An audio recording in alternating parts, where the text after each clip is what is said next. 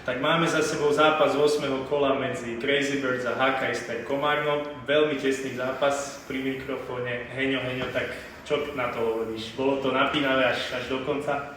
Určite áno, ale v prvom rade by som chcel pogratulovať bláznivým vtákom za výborný výkon. Videli sme, že to bude kondičný zápas, my sme sa ledva pozbierali 10, tak sme chceli vstúpiť čo najrýchlejšie do zápasu, lebo sme vedeli, že na konci sily nebudú.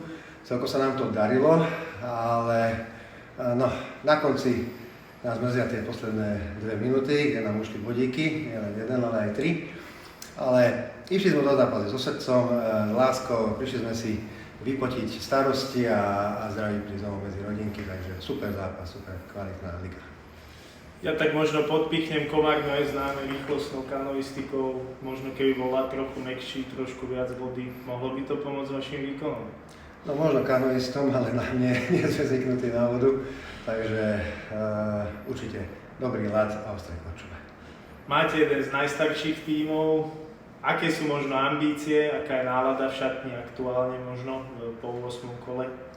No momentálne sa nemáme čím chváliť, ale samozrejme ambície sú dostať sa do prvej štvorky. Teraz máme trošku také hektické obdobie, ale taký raz sme dole.